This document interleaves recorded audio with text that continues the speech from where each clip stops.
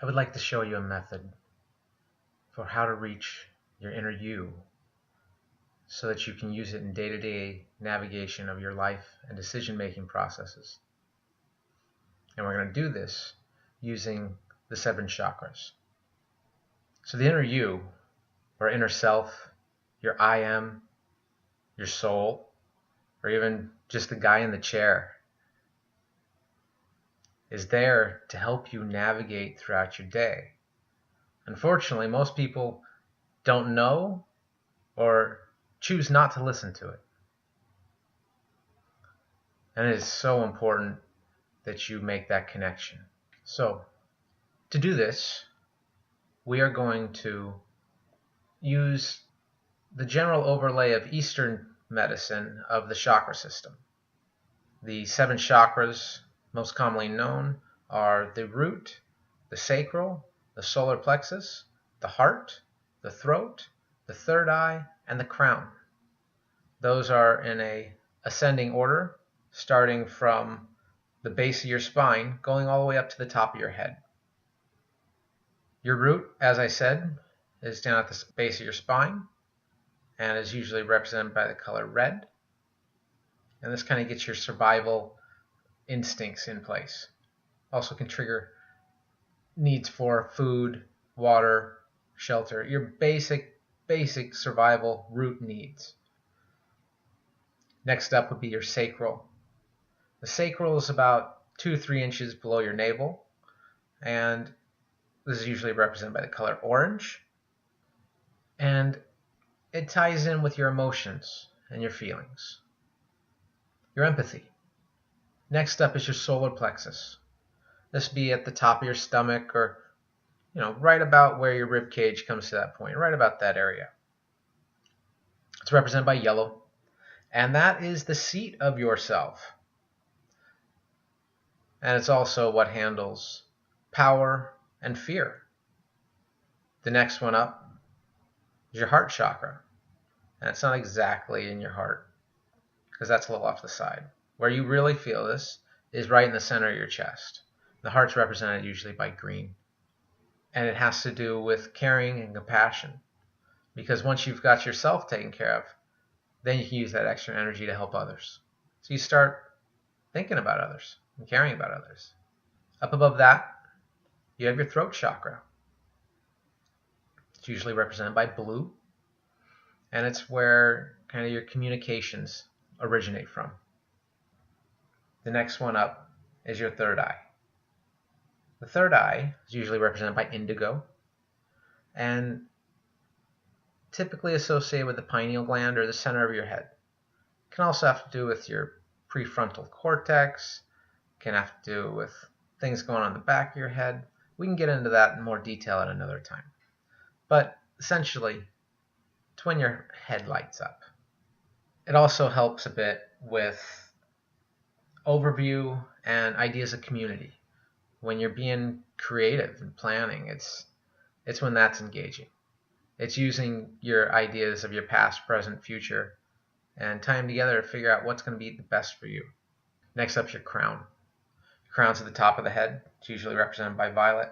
It's got to do with an actual inner knowing, true confidence. So, to reach inner you, you can start out. You can use your name.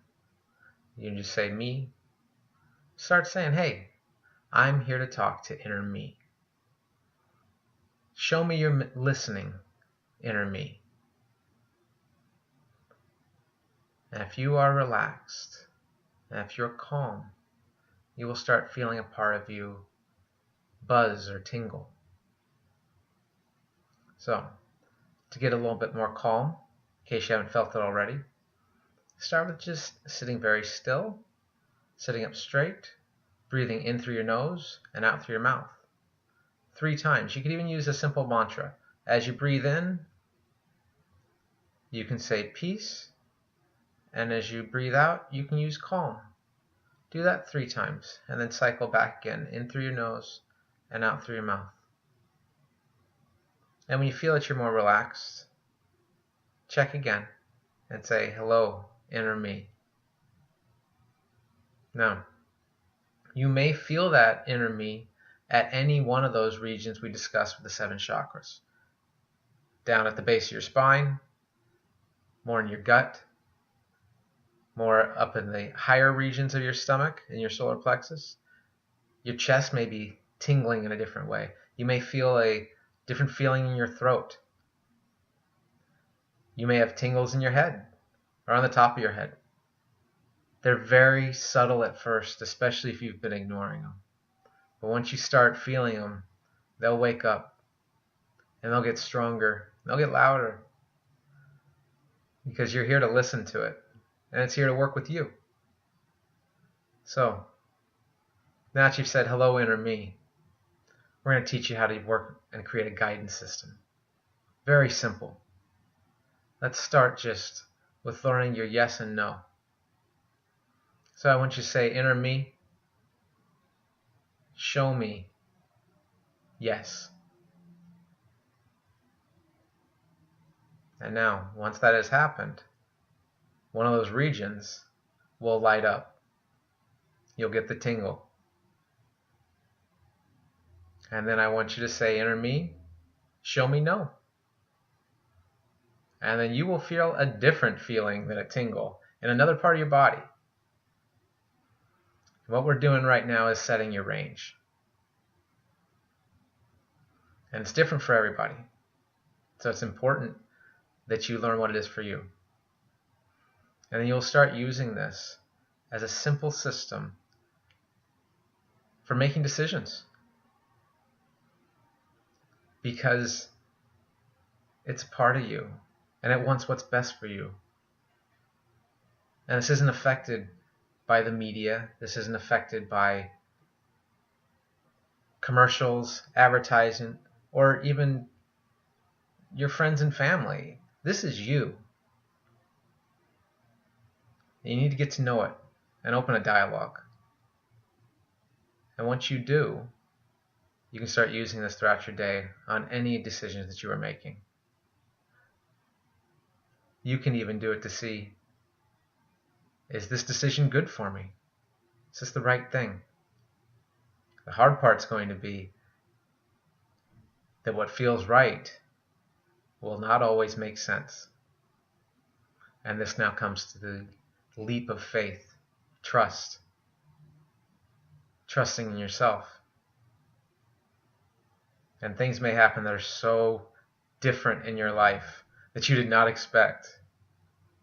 And there will be ups and downs with this. But that's a real life is experience. You don't play a video game just for the mini games. You follow that navigation, you follow your missions, and you have an amazing time. You can do that with the world that you're living in. You've got the guidance system built in.